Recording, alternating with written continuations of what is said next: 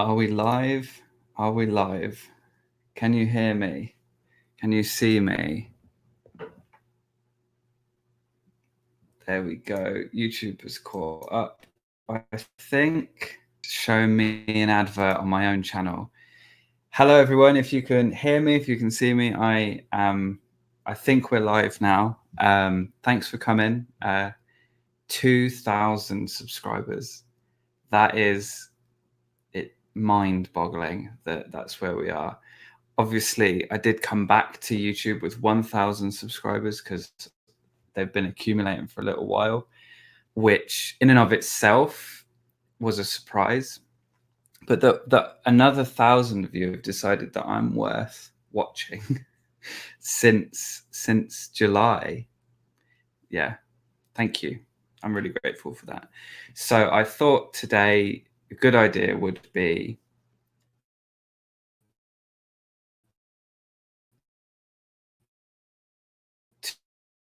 to answer some questions on Twitter, which I've screenshotted and I will be answering. And then I'm gonna, if anyone's got any questions in the chat, whatever, you can just dump them in there.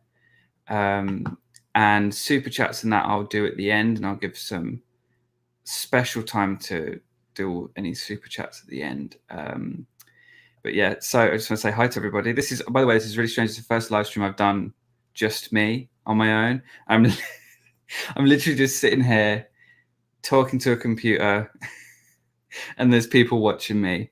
Now it's slightly more surreal than talking to a camera and then people watching me in about 3 days later after I've edited it. But yeah, hello everyone, thanks for coming. Hi Sarah, Jen, I'm going to just read through everyone. Critical Cripple, One Ring, Misplaced Faith, Manau's here, Catherine, hello everybody. I think I got everyone there. So thanks for joining. I'm going to have a drink of my drink. Been sitting here with my drink in my hand while I'm talking. I'll put that there. It's about to drip on me, so it's a good job I did it. Editing is a crutch.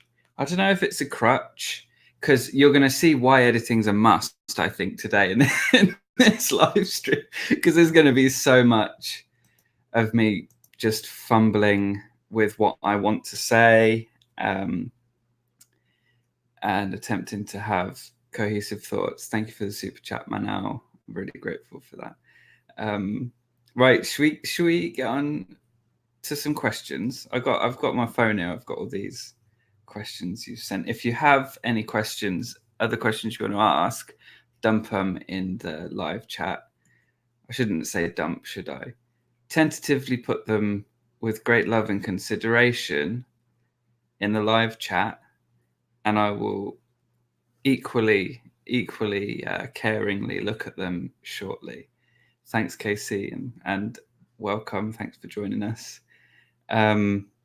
Right, so first question I've got is from Misplaced Faith. It says, now that you've left a cult, what is your foundation for your worldview? Example, do you have any resources, books, etc., or teachers in a loose sense that you look to? Did any of them help you leave? Are you worried about ending up in another dangerous ideology in the future? There's a few there, so I'll just go through them one by one. But those are really good questions, and I really like those questions because I think whenever you come out of a destructive group, you are, I think anyway, I don't know if it's proven or anything, but I feel like when you come out of a destructive group or a cult, the chances of you ending up in another one if you don't learn from it are quite high. So yeah, that is a risk for people. I don't worry too much now, although I suppose it's good to be cautious. It's good to be like, right, let's just be aware, let's keep our eyes open to things. But given that I've spent so much time learning about these things, I feel like in some way, I'm protecting myself against that in some way. But of course, it's always good to be vigilant. Now that you've left the cult, what is your foundation for your worldview? That's a hard question to answer because I feel like my worldview is changing all the time. It's sorry, just need to put that up on the screen. Yeah, my worldview is changing all the time. I think anyone that's learning all the time is their worldview is changing all the time, and I do my best to stay in a place where I'm learning as much as possible. So the basis for my worldview really is just, or the foundation of my worldview is really just asking questions, asking why, asking how, and looking for those answers. In terms of resources, I just go for it. If I'm thinking, if I've got a question, I'm going to go out and I'm going to try and find the answer to that question. Preferably, the cats are playing. They might launch across here at some point because they're really going for it right now. Preferably, I'll get an answer from someone who's got some letters after their name, because we all know what happens when you take advice from people who claim to be uniquely qualified based on their own life experiences and superpowers. Anyway, was that gratuitous, that long sip? What was the other one? Did any of them help you leave? Actually, the people that helped me leave, listening to people like Brian Cox helped. Not the actor. I asked, what is he? What is he? He's a TV science person. He's into physics and that. Listening to him and his documentaries and just the fascination that he has for the universe, and there's a sense of wonder that you get from watching his documentaries that really just, it got to me, and I was like, this is, yeah, there's something in that point of view. What am I drinking? It's Coke. It's sugar-free Coke. Don't at me for the sugar-free component, but it is no, not Neil deGrasse Tyson, Brian Cox. I've watched Neil deGrasse Tyson, and Cosmos was good. His Cosmos, really enjoyed that, and it does a similar kind of thing. It's just it gives you a real sense of like wonder and appreciation for the universe. And for me, it was a moment of like, I don't need all this spiritual stuff. I don't need all these like bold claims and these, all this metaphysical, non-physical energy, and when the universe itself is incredible. And that kind of was one of the, not the thing, but particle physicist, there we go, cheers for that, Jen, was one of those Tams in the litter box. If anyone's watched any live streams that I've done, or if you've been in me with a live stream, you'll know every time, or in Skype or Discord or anything, anytime I go on a call, without fail, Tam goes in the litter box. So there we go. Tam's in the litter box. Now we'll get some scraping in a sec. If we're lucky, it'll just leave it uncovered, and then the fumes will permeate. He's crouched. Anyway, it's just someone who didn't have any real like religious or spiritual ideas, with such a fascination and awe and love for the universe we find ourselves in. There you go. Jen's got all the facts about Brian Cox right now. There's a scraping. Hey, leader, thanks for joining us. Yeah, so that for me, that Brian Cox, Ricky Gervais, Richard Dawkins, those were people I was listening to when I was coming out, and just hearing there's a certainty that they put across, but also just the way that they seemed to not need this thing that I needed made me start to question whether I needed it in a way. I don't know if that's all of everything that happened at the time, but that was part of what helped me to kind of come away. And that home, you made it. Hi, as you say, Jen, your dream would be to interview Brian Cox. Yeah.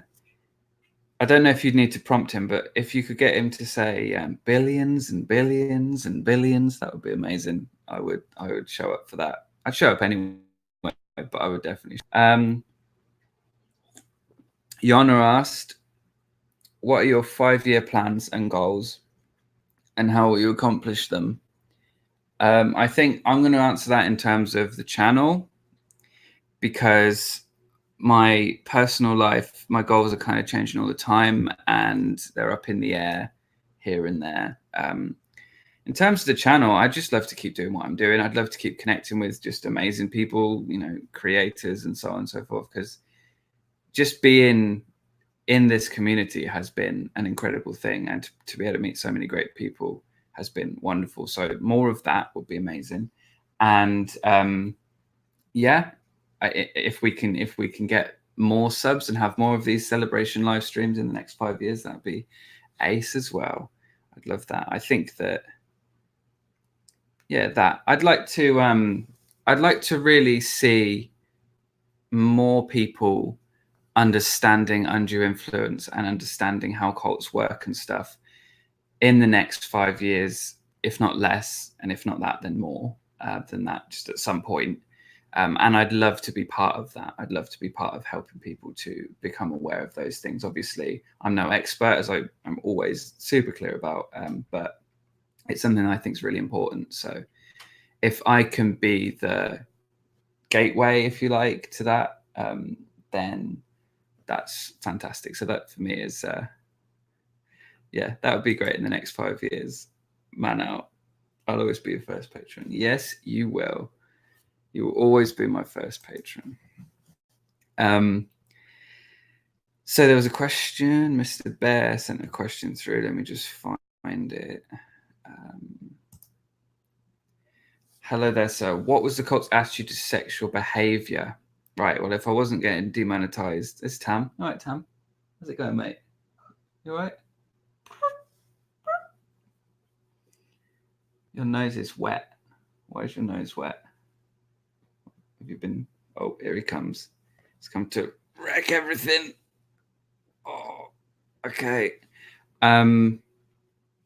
Right. Yeah. If I wasn't going to get demonetized, then this question is gonna be demonetized of this stream. What was the cult's attitude to sexual behavior? It kind of didn't really go there. Like, she had her kind of opinions on those kinds of things. Let me turn that like that a little bit. Is that better? Can you see me better? Yeah, she had her opinions on those kinds of things, and we'll talk about them a bit, but thankfully there was no real control over that kind of stuff. There's a lot of stuff in the New Age and in that group, in that cult a little bit, that, so I was talking to Chris Shelton about this briefly the other day, and I'm not sure whether this will make it into the podcast that we recorded together for his channel. But we talked a little bit about this. And in the New Age, there's a lot of like Ned, can you get out of the sink? See, this is why I edit. This is the bits of the cats that you see in the videos. They're the fun, nice bits when I'm trying to film and stuff, and they just do these pain in the ass things. Ned, please get out the sink, because he goes in the sink and then he puts his face on the toothbrushes, right? Or he puts his hand down the drain and eats the gunk that he finds. You can never get a drain clean enough, though, can you?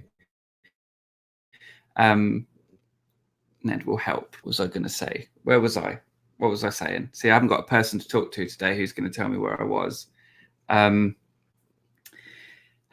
Sexual behavior. Yeah, okay. So in the New Age stuff, there's a lot of like masculine, feminine energy, and like the spiritualizing of more traditional perspectives on gender, and they take it from physical and they make it non-physical, and they talk about, you know, divine masculine, divine feminine, and all that kind of stuff feeds into it. So you do get and this is something that Rosa said, reminded me of the other day. There's this thing with the New Age stuff, and like how when you have sex, it takes longer for a woman to cleanse herself of the energy of the man. The man can be cleansed within a couple of days, but it takes longer for a while. And that just, to me, it just sounds like, again, if the New Age wasn't Christianity repackaged in so many ways, that kind of that way of thinking seems to me to be a kind of, you know, a taking of those ideas in a whole new direction. And I suppose there's some precursor for that in Christianity as well. That's not specific to the cult though. That's New Age in general. But yeah, thankfully she didn't really touch sexual behavior too much that I was aware of. I know there's videos and stuff, but none of it ever really hit me too hard in that regard, thankfully.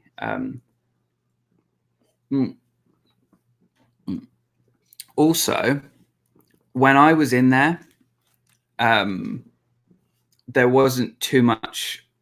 The conversation about like LGBTQ plus stuff wasn't as much a conversation everybody was having that wasn't in that community.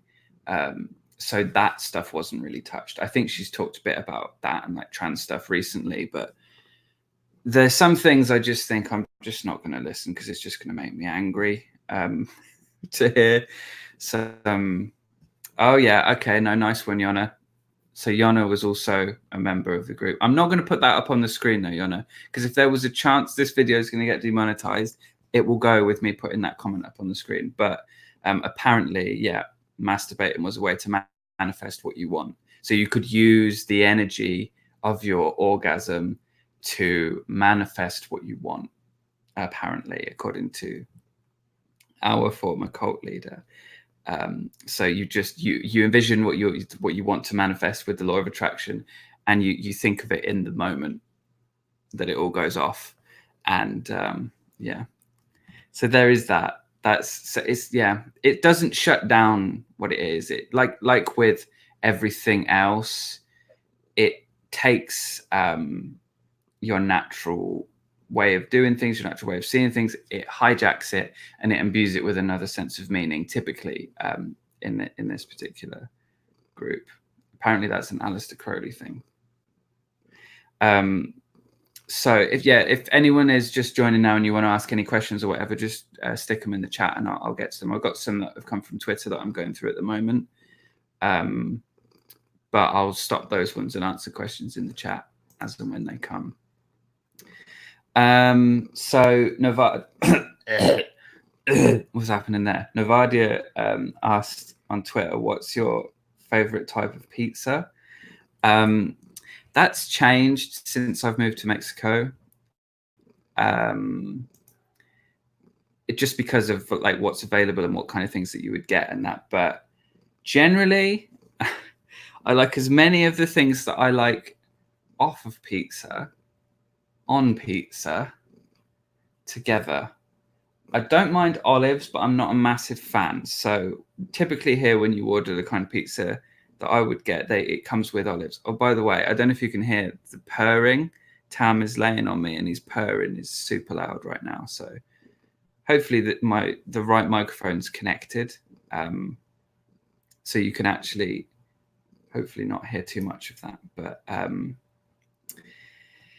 But yeah, pizza. Yeah, I just as much as possible. So the ones we get here, what's it got on it? It's got a bunch of meats on it. It's got what else do I get on it? Jalapeno. I've been making Rosa twitch by saying jalapeno rather than jalapeno.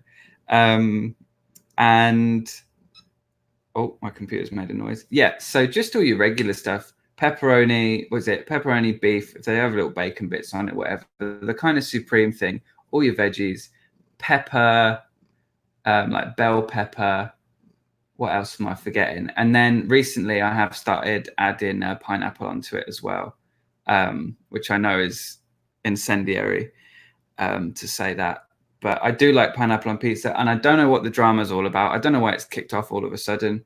When I was younger, Hawaiian pizza, ham and pineapple, was just one of your normal options. If you didn't like it, you shut up and didn't have it. If you do like it, then you can have it, and everyone can enjoy what they like. I like pineapple on pizza, which is actually Mark Bray's question.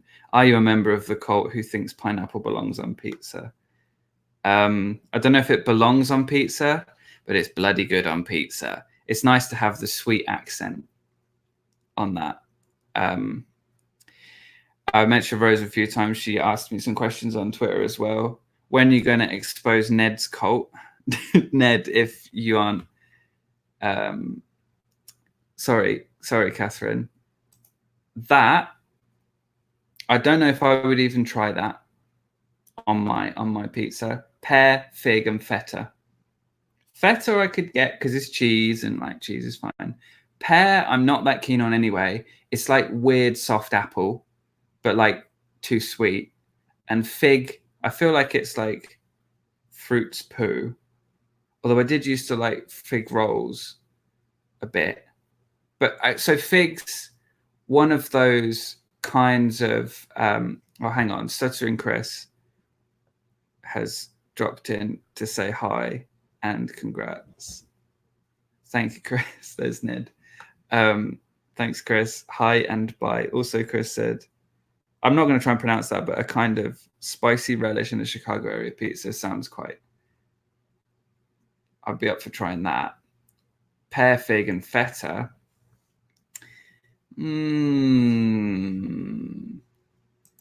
No.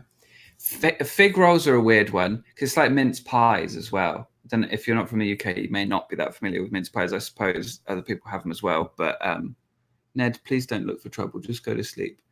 Yeah, fig rolls, mince pies. They're the kind of things that I like them if they come from like a certain place, like a certain, like my gran makes really, really good mince pies. I love her mince pies. And I like the ones from, I think Tesco in the UK do really nice ones, but then you get them from elsewhere and I'm just like, no, thank you. And it's the same thing with like fig rolls as well.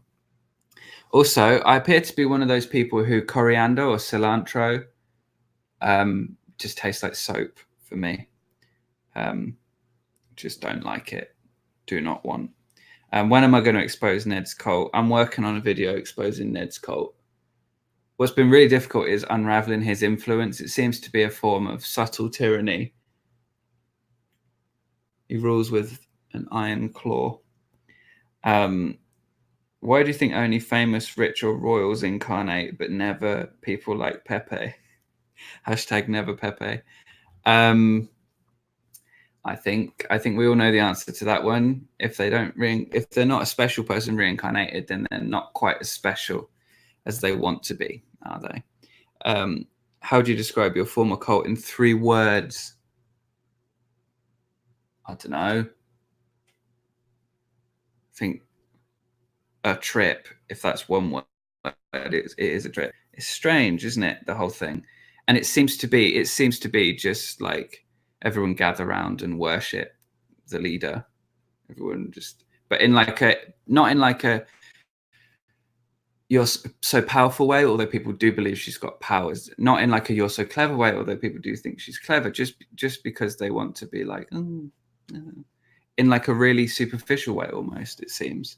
I don't know how to describe it in 3 words. I'm not good at being concise.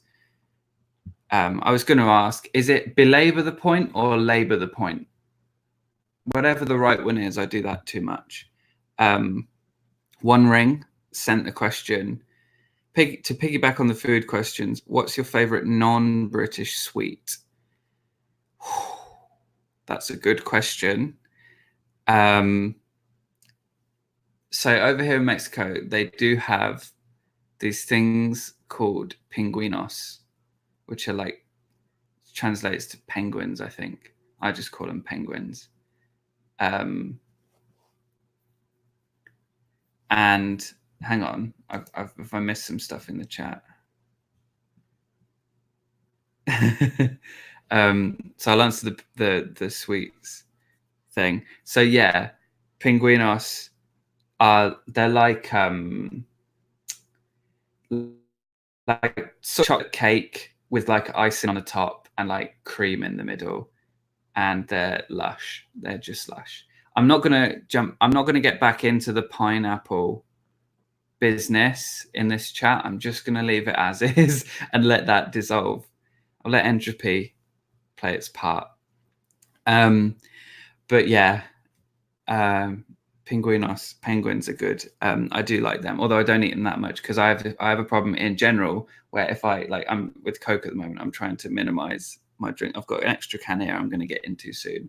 I'm trying to get off it soon because as soon as I start on something, it goes from once a week to twice a week to once a day to twice a day to 10 times a day, and I can't stop. And I did that with penguins and I really puffed up and I just wasn't happy. So I need to not with that. So questions coming through in the chat. Manal kind of answered Mr. Bear's question. Why don't you have anything on your shelves? This is one that comes up quite a lot in my comments, actually. And it often comes with a strange kind of vitriol that people who are still in the cult I left wield in comment sections. Obviously, that's not what's coming from you, Mr. Bear. But yeah, they're normally just like empty shelves. That's a representation of what's on the inside, kind of a insult. And it is a representation of what's on the inside in some sense. They're empty, not because I'm empty on the inside, but because if they had things on them, the cats wouldn't be able to climb on them, and we have put them up specifically for the cats to climb on. They're cat shelves, as Manal said. Don't ask questions. What do you mean, don't ask questions? Manal said, don't ask questions. That's the opposite of what I want to happen here. Hopefully that's not that's confusing. But yeah, the shelves, they're cat shelves. So they are a representation of what's on the inside. Because 3 questions, 3 words. Sorry, don't ask questions. Yeah, maybe don't criticize, don't question, don't, because everything that she says is right. The cult leader, yeah. But yeah, shelves are cat shelves. They're up for the cats, and they're a representation of what's on the inside. Because on the inside, we want the cats to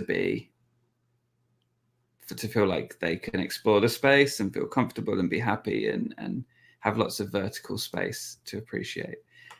Misplaced faith, all the Mexican pastries. Pastries are quite good. I find the Mexican pastries are very sweet. And like you walk into the shops that they sell them in and you just get of sweet smells. And I'm not against a sweet pastry, right? But there's lots of baked goods that don't need to be that sweet. That are also nice. I find on this continent in particular, there's a lot of sugar where it doesn't need to be. I think that you might agree. They would still climb on them. They would just push everything off them. That's a fair point, Jen. That's absolutely a fair point. And yeah, they would. That's why there's nothing on them. Tam probably wouldn't because he's just too big. He's a chunky little monkey, aren't you, Tam? He's asleep. He's got his face on the mouse pad, which is turned off because I've got a USB mouse, so he's not going to be controlling the thing. But yeah, he's just right now. Sparko, as we say. Manal sent a question. If I'm missing any questions in the chat, please resend them. I don't know if there's any through, but yeah, if you have questions, please send them in the chat. Manal said on Twitter, I want to hear about you and Rosa. I'd love if she, hang on, this is zoomed. I need to zoom out and I've only got one hand. She said hi on the live stream. So she's not around at the moment. She's in the chat, but she's not around now. Obviously not going to talk too much about that. I don't talk too much about personal life stuff on my channel, purely just because it's cult stuff and cult people get nasty, and it's just nice to keep the personal stuff out of it. But I will say that we met over the internet. We actually met through the cult. She wasn't as into it as I was, but we met through an online, like a Facebook dating group associated with it. And that was, oh, cheers for that, Inquisitive Quandary. Hello, everybody. Congrats on, I suppose it should say. Congrats on 2K. Thank you very much. It's exciting. But yeah, so Rosa and I met through the dating group on Facebook associated with the cult, and we started talking. We threw our like profiles and like our wants and all this stuff that we had clear in our heads into the group, and then started talking because we realized that our little profile things were quite compatible. We had talked before that, but didn't really gel. We had like one conversation before that through Messenger and stuff, but then started talking. We talked over Skype for like 10 months, and then I came to Mexico to be with her and stayed. We've been back to England once, but yeah, that's kind of that. And it was through talking, actually, as we were getting to know each other through talking, that we started to like pick apart some of the things in the cult, some of the ideas and some of the beliefs and stuff. And I think that, you know, I was in it a little deeper than she was. So there were certain things that I was saying that meant I would have to kind of just explain what the cult leader had meant by that or whatever, or what I interpreted it to mean. And as I was explaining it and as I was talking about it and as we were discussing these things, it became quite clear that they didn't really add up and that there wasn't much sense to it, and that actually it might be having a negative effect on my life. So that was what kind of helped me to get out of it. Hi, Shannon. Damn it. How late am I? You're about half hour late, but you made it. That's what matters. If you've got any questions, please chuck them in the chat. I'm happy to answer just about anything. Just going through some questions from Twitter at the moment. I have to look past the pineapple thing. Yeah, we've done pineapple on pizza. We'll get onto is hot dog a sandwich? Is a hot dog a sandwich? Soon. I think I saw that. Tam's gonna there you go, boy. Oh, he's a chunky little cat. Okay, right. Sorry, leaders just put in what looks like an absolute killer of a pizza. Feta, jalapeno, semi-sun-dried tomatoes. Semi-sun-dried tomatoes. How does that work? You only put half of them out in the sun. You put them out when the sun's half out, like dusk and dawn. Like, how does that work? Semi-sun-dried. Olives, sometimes a little pepperoni if I'm feeling extra adventurous. Why is pepperoni the thing that you put on when you're feeling adventurous? I feel like pepperoni is like the staple, isn't it? That's like the thing that goes on first. If we're doing American pizza, at least. The Italians would have a fit. And olives, yeah, olives on pizza. I mean, yeah, no, I mean, I guess I'm not. Again, olives are like figs and mince pies. Like, sometimes they're great and sometimes they're horrible. When's my birthday? 15th of July. I was born in 93. I'm 26. What do you know about Canada? I know some things about Canada, but I won't be able to tell you them off the top of my head. I believe I've got some family there. I've never been. It would be cool to go. Don't know if I visit my family, just because I don't know them. I just don't know them. I'm sure they're lovely. Is pineapple on pizza evil? From Jen in Twitter, which I feel we've already answered. No, it's not. It's not evil. Shannon, that's a solid choice. I'd take that pizza if I could replace olives with spinach and pepperoni with mushrooms. Yeah. Is that pepperoni with mushrooms or spinach and pepperoni with mushrooms? Or like, what do you mean? If you just took pepperoni, spinach and mushrooms, dump them on pizza on its own, that'd be nice, to be honest. Add all the other stuff that Lida said. Amazing. Hi, Mew. What's the craziest cult you've researched? I don't know if I'm supposed to say. Hi, Mew is Rosa, by the way. If you see her on Twitter as Hi, Mew, you'll know that's Rosa. What's the craziest cult you've researched? There's some really interesting ones. There's one. So there was a guy and his wife, I think, who were like radical left wing. I think they were communist, really into communist stuff, and they kept 3 women prisoner in their house for like years and years and years and years. And I mean, that alone is just horrendous, right?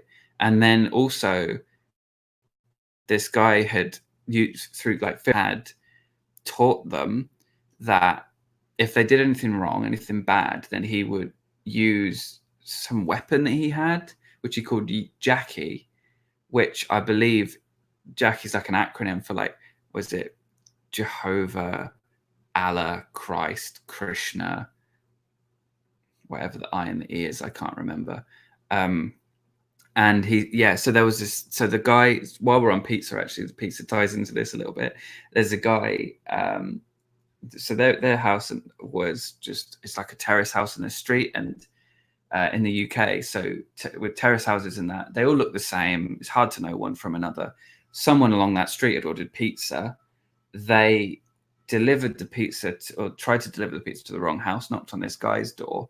And this guy decided that was the fascist government trying to check up on him, not just a guy mistakenly delivering pizza to the wrong address. That was the fascist government. The cult leader decided the fascist government was that was him, them checking up on him and what they were doing. So when there was an earthquake, I think later that week in another country that was on the news, the guy told the 3 women that he had prisoner that he had caused the earthquake as a retaliation to the fascist government who was spying on him by sending the pizza guy. Like, that's pretty strange. And you feel for these people who obviously have had their whole worldview just messed up by someone telling them stuff like that with the control of information and so on. It's just, intense. That's pretty strange. Transcendental meditation's a strange one as well, with the how they try and float, but they don't float. They sit cross-legged and basically hop along a huge mattress, and then they take pictures while they're in the air, and that's them floating. Transcendental meditation is an interesting one as well. Russell Brand is into that. Has the them cult eyes, Russell Brand. I saw a question come through.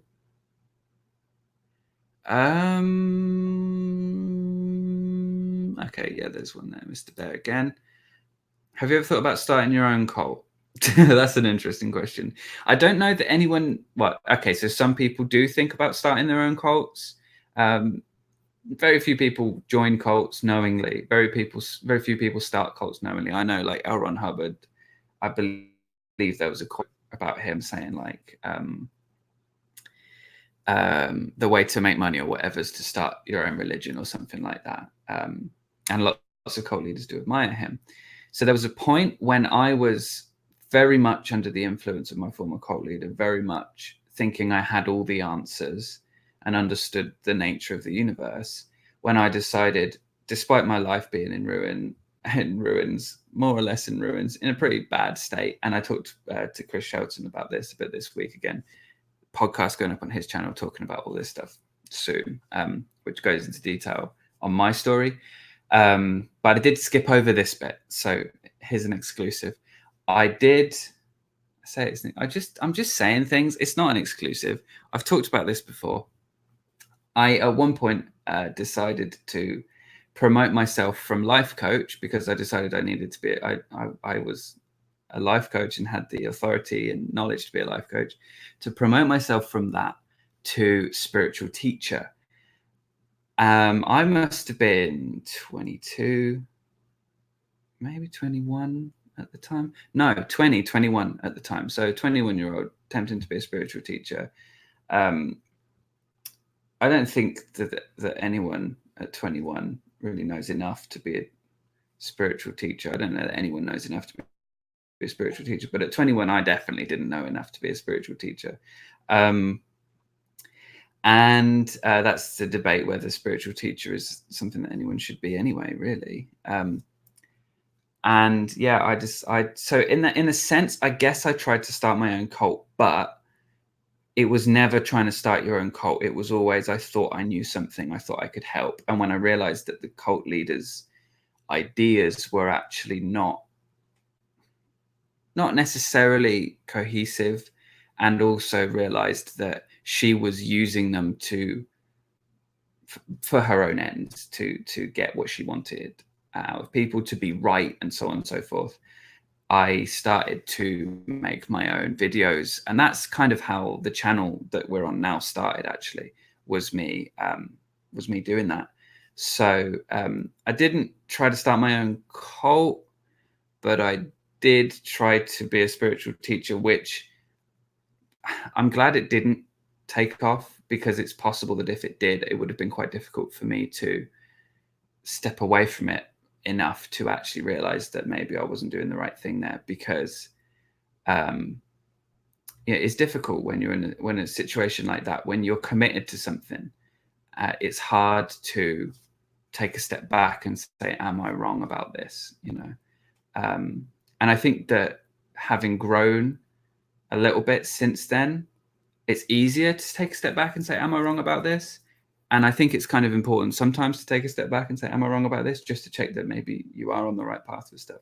But at the time, I would not have been able to do that, I don't think, if I'd still, because I was still very much under undue influence. So I'd been under undue influence, and like in this group, coming out of the group, following other leaders, starting to establish my own thing. I used to do like little satsang things. I used to do like little sessions where would get a bunch of people together, and we would talk about spiritual stuff, do a little meditation. And that was, I never felt fully comfortable doing it, but I was trying to establish myself as a spiritual authority at that point. It's bizarre stuff. It's very bizarre. I don't know what I was thinking, to be honest. But yeah. So no, didn't start, but could have, perhaps, if it had gone somewhere, it could have ended up that way. I don't know if I've got the charisma to be a cult leader, to be honest. And I don't think that I could keep it up because of how neurotic I am and how anxious I am. I think I probably would have had a breakdown at some point. Yeah, there you go. That's some stuff that's interesting, hopefully. Margie, how do you feel about Jennings Brown? Do you feel he was fairly objective, and do you think he will investigate Teal more in the future? Okay, so Jennings Brown, if anyone's not familiar, did I think a very good podcast on my former cult leader. It's called The Gateway. It's a Gizmodo podcast. You can listen to it for free on Stitcher. I think 6 episodes. Very interesting. Bit of an investment of time, but it's very interesting. And do I think he was fairly objective? I think it's interesting, actually. I listened to, so Ono, Ross and Carrie actually posted this in the Facebook group, Margie, which you could have a listen to if you didn't get to already. Ross and Carrie interviewed Jennings Brown. And what I found when I was listening to him was that, as is the case with a lot of people who are attracted to women, there was clearly a sense of like an attraction towards her. And this is the thing. You've got someone who's charismatic, confident, and in some way physically attractive, and we can debate till the cows come home about whether Teal's physically attractive. I don't see it now that I've seen through everything. I did used to find her attractive. But when you have people who are attracted to women, and there's someone like that, there's going to be that kind of thing clouding your judgment to some extent, I think, until the illusion shatters. And I think when you were in it, like I was in it, and you come out of it, it's easier to look past that to see what's beyond that. I think with him, he wasn't in it. He started to get sucked in a little bit. And that was when he went down the podcast route to investigate her rather than getting sucked in as a Tealer. And so I think maybe the illusion hasn't shattered in terms of what she looks like. And I think that has definitely perhaps affected his perspective of her. However, I do feel like he was fairly objective. I do feel like he did a really good job unpicking some of the realities of it. I do want to listen to it again, actually, now that I've done a lot more research and all the rest of it, to see what I think now. But at the time I was listening to it, I feel like he did a really good job. And he did a good job of hammering home the realities of it as well, like the issues regarding mental health and stuff. Yeah, I think he did a good job. Whether he'll investigate her more in the future, I don't know. I think when he was doing the interview with Ross and Carrie, he did kind of drop a hint that maybe he would be. So we'll see. We'll see. But yeah, good question. What else have we got here? I've got a few more questions from Twitter. And man, now I'm not going to say anything. I'm going to put that on screen. And then I'm going to take that off screen. I'm going to get these questions up. So Catherine asked on Twitter, would you have rather been in a traditional cult than the cult you were in? Do you feel like you have to defend the cultiness more since it's well known? Really interesting question. Really good question. The second question, yes, actually.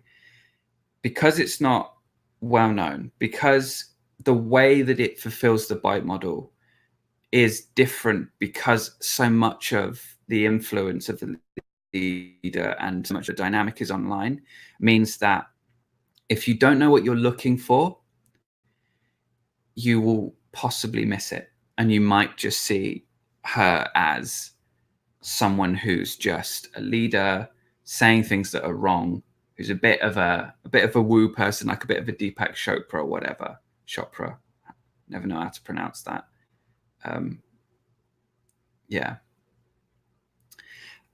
So I do feel like I have to defend the cultiness quite a bit, actually. I do feel like I have to prove to people, and I find myself so often in conversation with people. I say conversation, I don't mean conversation, I mean YouTube comments, with people who are Tealers, people who are members of the cult I was in, who are like, no, it's not a cult. It's obviously not a cult. And I think you get that with any cult. You get that because of cognitive dissonance, because of denial. You're going to get that a lot. But I do find myself having to send people to the BITE model analysis that I've done quite a lot. And there is a feeling of sometimes, like, this is the thing as well with undue influence and cults and stuff, because it gets in your head. There's moments where I have to be like, is this a cult? Is this actually a cult? And I freak out for like a couple of hours or a day or something. And then I have to do a bunch more research and like answer questions I've got. And then I'm like, okay, yes, no, it is. It's definitely a cult. And I was having that kind of a moment before I was going to talk to Chris, because I was going on his channel and I was going to talk about this stuff, you know, to a larger audience. And I was like, oh no. And then I listened to the Ross and Carrie thing that they interviewed Jennings Brown, and then they also, what's that? The new DOS was smashing backpedal. I don't know what that means. But yeah, I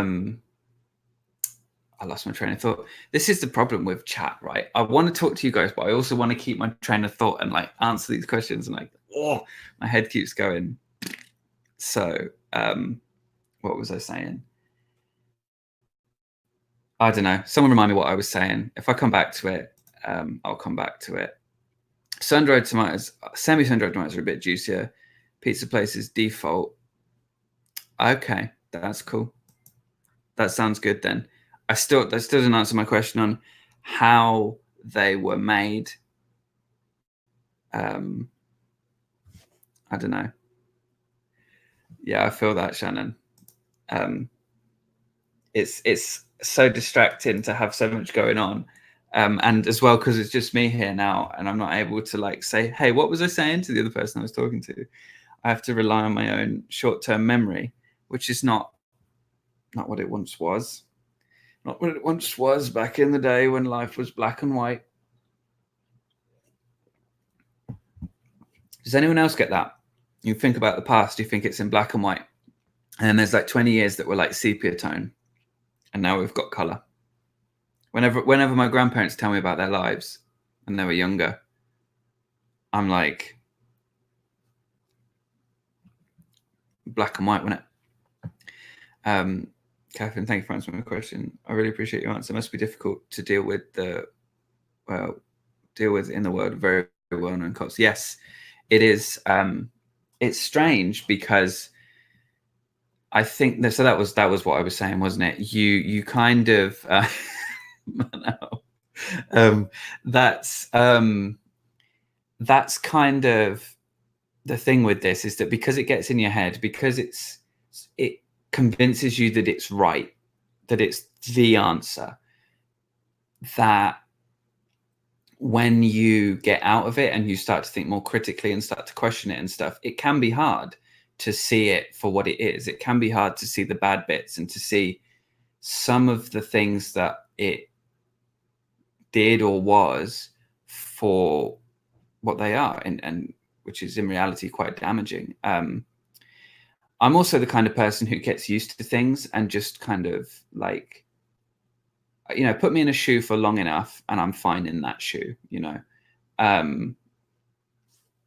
so coming out of it, it's been quite a challenge to reassess a lot of things. And that was why there was a number of years before I really had any real opinions on it, other than that I was glad I was out of it and that the stuff that I used to believe was nonsense. It took me quite a while to get myself in the headspace where I could actually say anything about it at all. Would I've rather been in a traditional cult, quote unquote, than a two-black chauffeur? That's JP Sears reference, isn't it? JP Sears and his associations with my former cult leader aside, that is a funny joke and I like it. But yeah, would I have rather been in a more traditional cult? I don't think so, to be honest. I think that every group has its drawbacks. Every group has its, difficult things to overcome. And the way that this group functions, the way that it affects your, Shannon, that looks like it's going to be a compliment. And I'm going to read it in a second. Thank you. If it's backhanded by the end of it, I'll retract my thank you. But yeah, what was I saying? Traditional cult. Yeah, each of them have their own drawbacks and things like that. So I think that because this group in particular, it affects your mental health in such a way that because it goes in and it like tries to explain the negative things in your life and the pain in your life and all that sort of stuff. So much of it is like an assault on your psychology outside of the way that undue influence and cults in general are an assault on your psychology. This affects your worldview from a distance, while also affecting your what am I trying to say?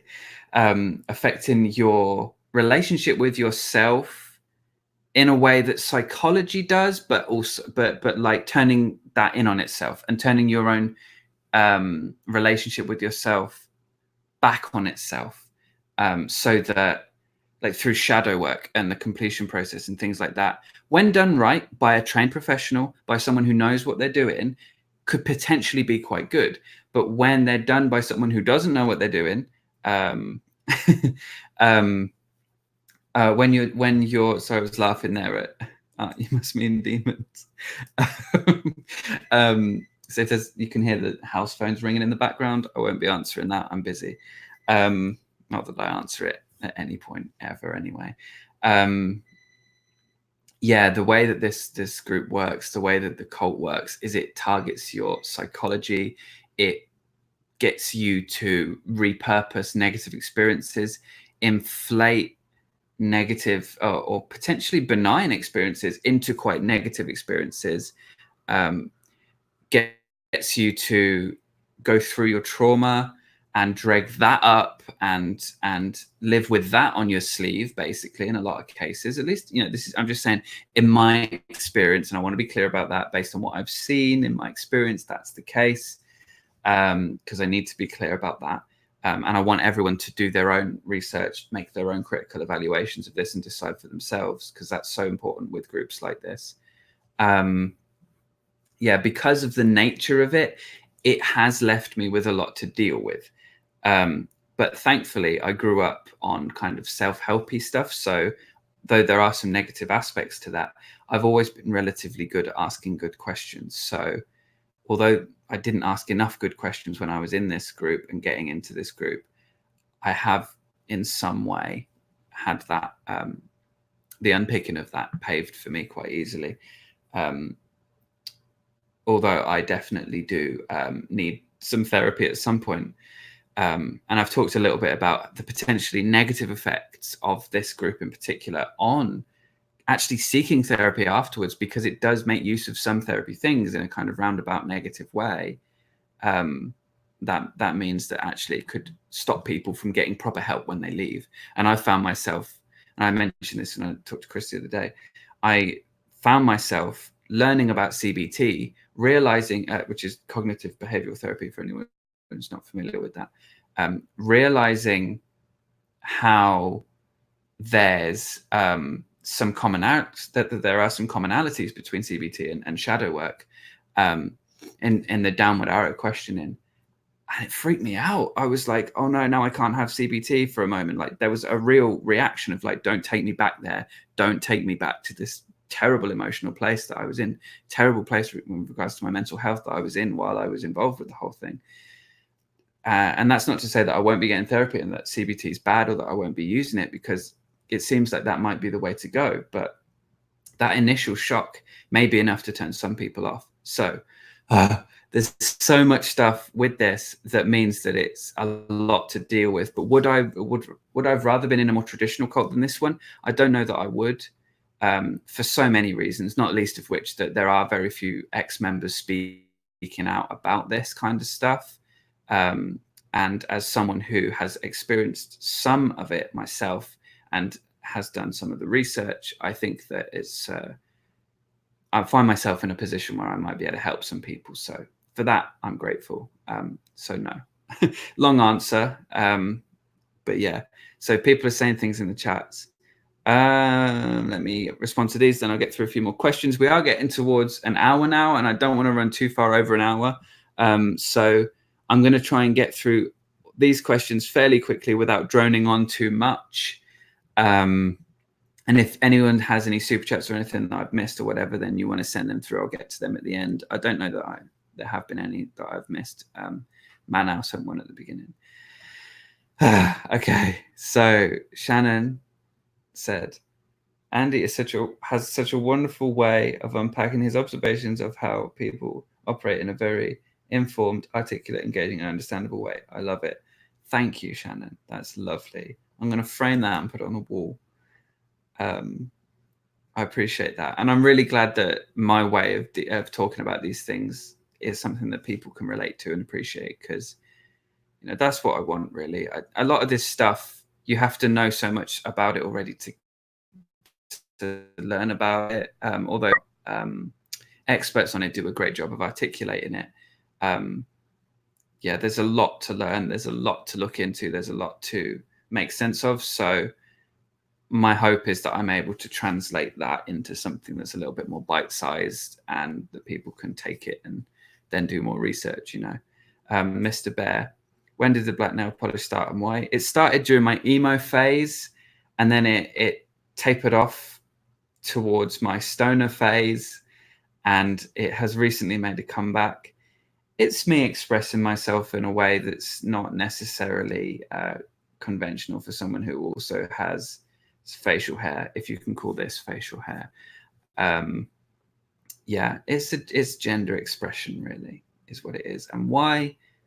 I like it. It's nice. And also, additionally, some people don't like it. And it's always fun when you can see people freak out about something so minute. Something so inconsequential. It reminds me of the King Princess lyric, I can make grown men cry. That's such a power that us queer people have that you can freak out like these super like hetero men just by putting a bit of nail varnish on. That's quite fun, isn't it? Yeah, let's find. I'm not gonna. I don't want to go through all these really lovely things people are saying about me, and just read them out because I feel like that's just. Oh, look at me, I'm wonderful. But I'm really grateful for the nice things people are saying, and it's really good to hear. It's really encouraging, honestly, to hear people are getting things from what I'm doing. Manau in particular, you were saying that Manau said, I came across Andy when a friend recommended Teal.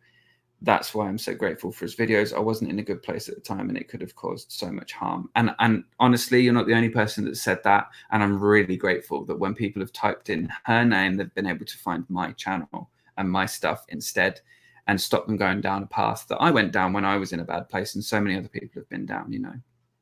It's good. I'm really grateful. I'm really glad to hear that.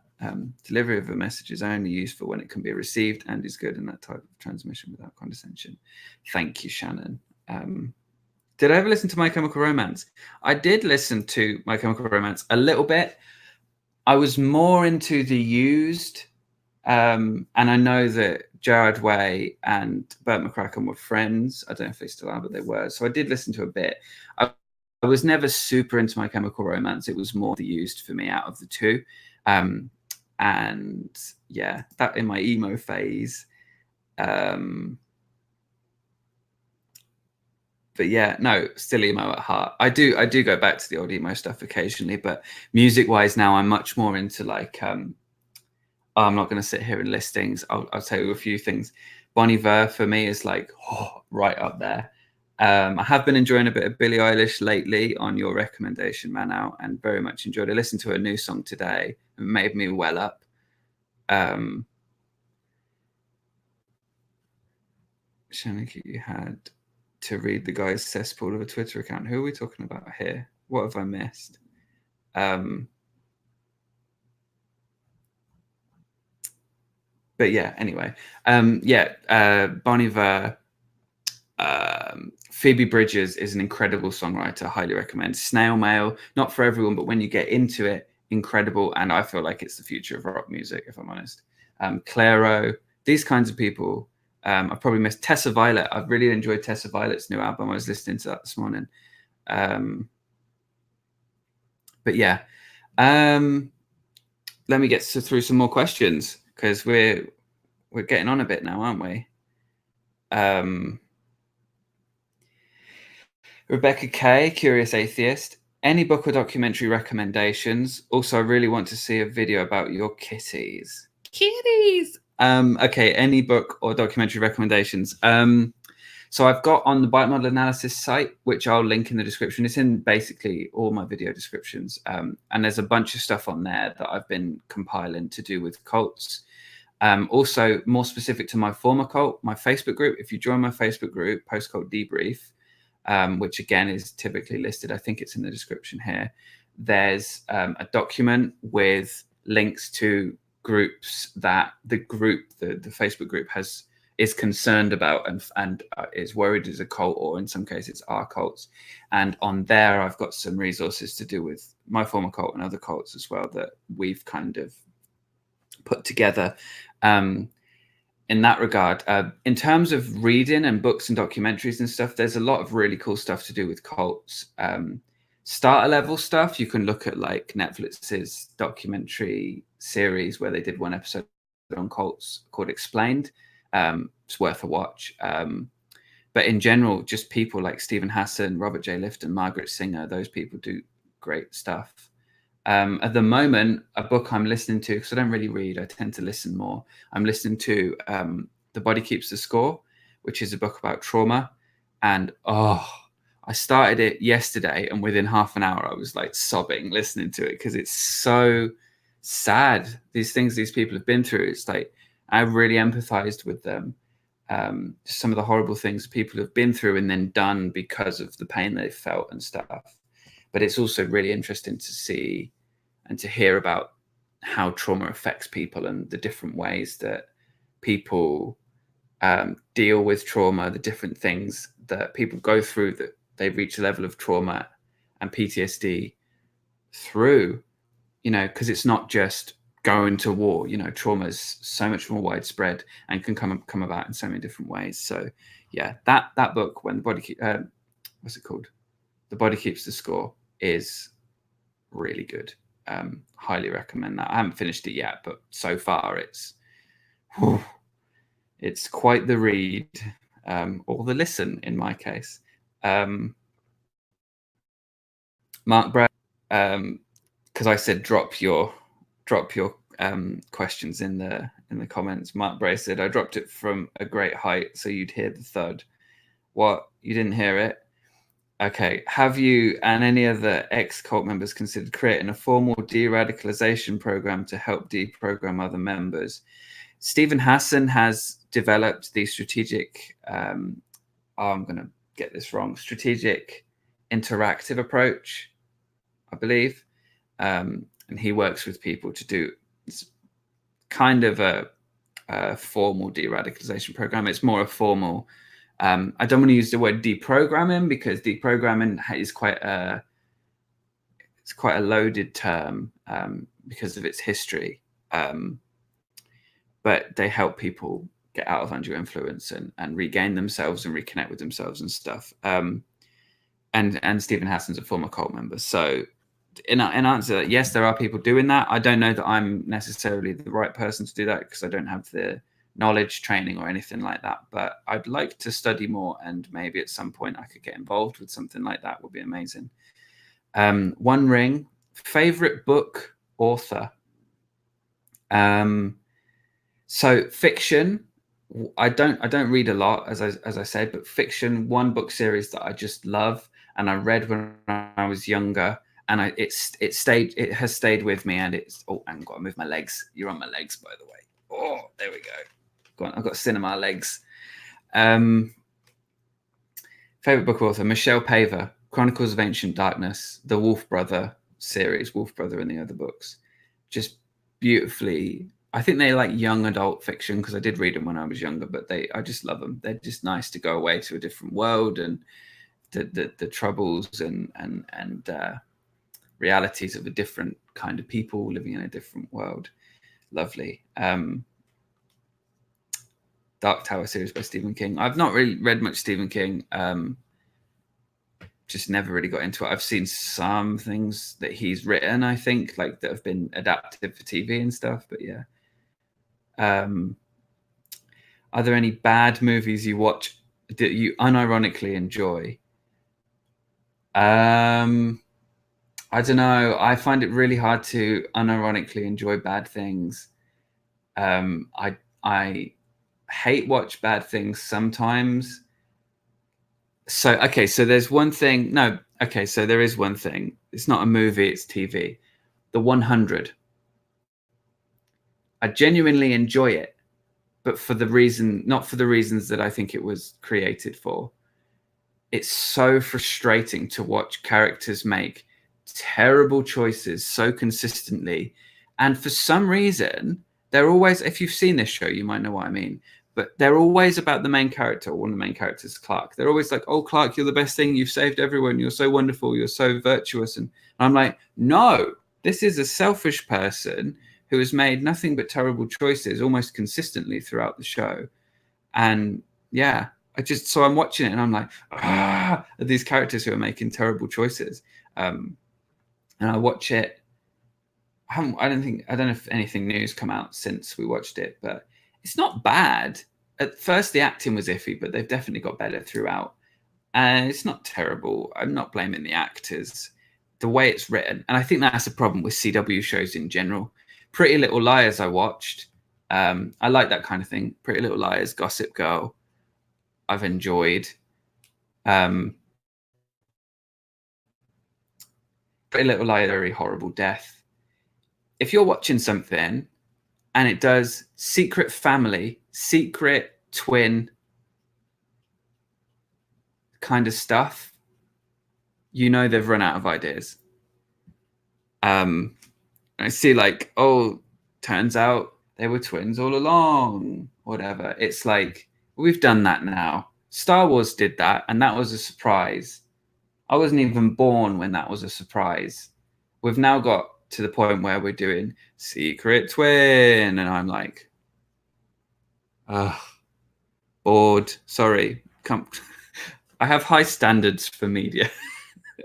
Finally, the question that may very well destroy your channel. What's your favorite YouTuber? I don't have a favorite YouTuber actually, so it won't destroy my channel, but I do have lots of YouTubers that I enjoy. I really enjoy watching everyone in the community. Sorry, One Ring said, yeah, CW shows start good, then you get CW problems creeping in. Yeah, so CW shows they tend to have good premises by the looks of it, usually based on a book or something, but the execution is what falls down. They're just terrible. And I think Stars is another network that has that problem, but maybe not to the same degree that CW has. But yeah, I do really enjoy watching other people in the community. I'll confess I haven't seen everybody's stuff just because there's so much to watch. I want to get around to it all, but I can't be on YouTube all day, every day. I need to do other things. But people that I do watch that aren't necessarily in our community, I really like the lesbian YouTubers in the LA scene. Shannon Beveridge, Amy Ordman, Alexis Gizo, Joanna Simon, she's bi, but she's in the crowd.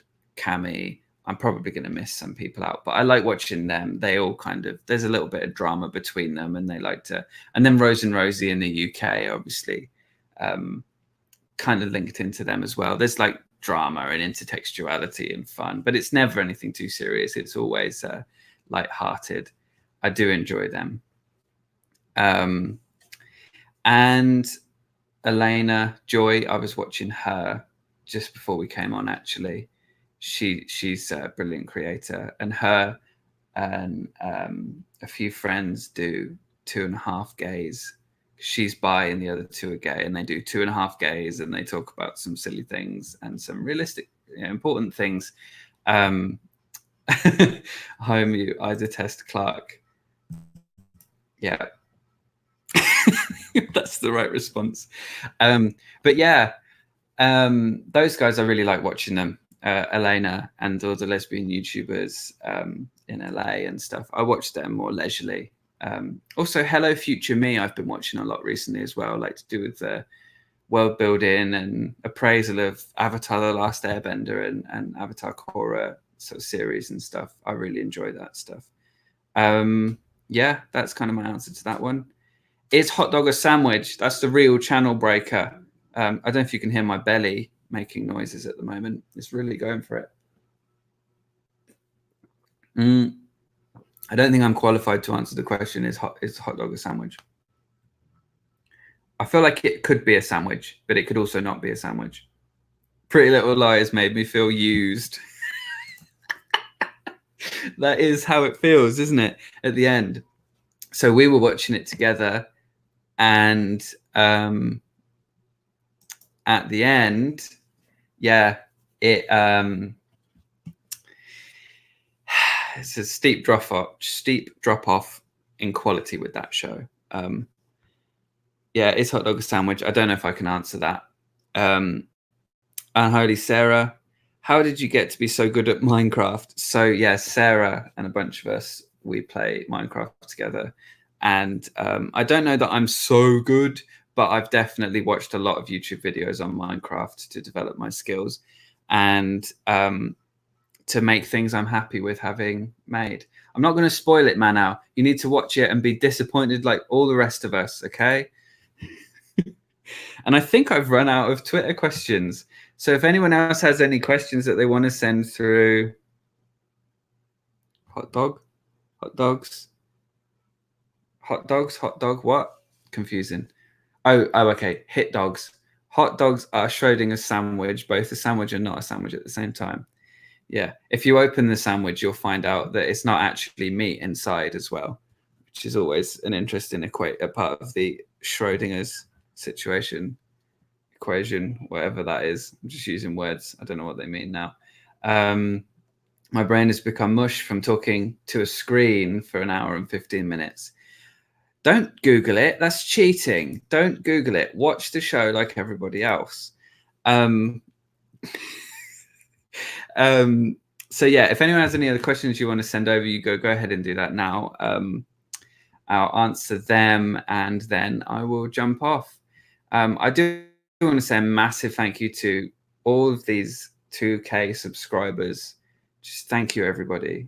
It's amazing that you're here and that you want to watch me. Rosa, you just ruined it. Don't ruin it. You ruined it. Just ruined it. Now everyone knows everyone in the chat knows who the Pretty Little Liars twin is. Well then, disappointing. Anyway, okay, so I was just saying thank you. Yeah, I'm really grateful that you think that this is a channel worth subscribing to and that you want to see the kind of stuff I'm putting out. Yeah, couldn't be more grateful for that. Now watch Supernatural. I don't know if I want to watch Supernatural. I don't feel like I can be bothered with Supernatural. I'm sure it's good. I'm sure it's either good or rubbish and good at the same time. But no, I don't. It doesn't appeal to me, to be honest. But yeah, thanks everyone for joining. Thanks everyone for being here in the chat and chucking questions at me and things like that. It's always interesting to know what you guys want to know about me and what you want to hear my take on. I'm just going to let the chat on the actual YouTube page catch up because it goes a bit weird sometimes. And yeah, what else is there? What else is there to say? Yeah, I don't normally thank patrons in my lives. Just because I'm not in the practice of doing that. But that doesn't mean I'm any less grateful when I'm doing live streams for my patrons. So I just want to say a big thank you to all my patrons for supporting me. And if you're the kind of person that likes the kind of content that I'm making and you want to help support the channel, then please consider becoming a patron. There's a link for that in the description below.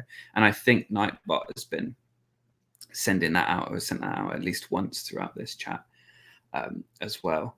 So yeah, if you're into that and you want to help support, I'd be hugely grateful.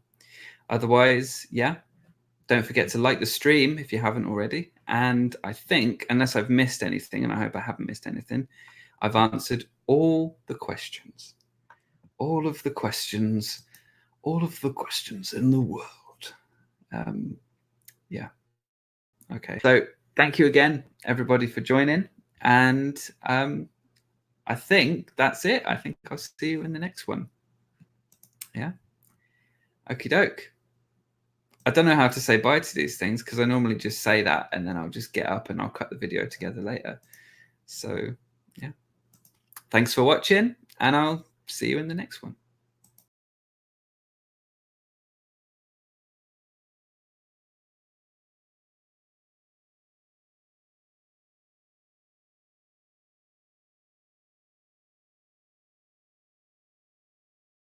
I pressed the wrong button. And now I'm going to press the right button and I'll say bye. Okay. Are you going to upload the stream? This is live and it's going to stay on my channel.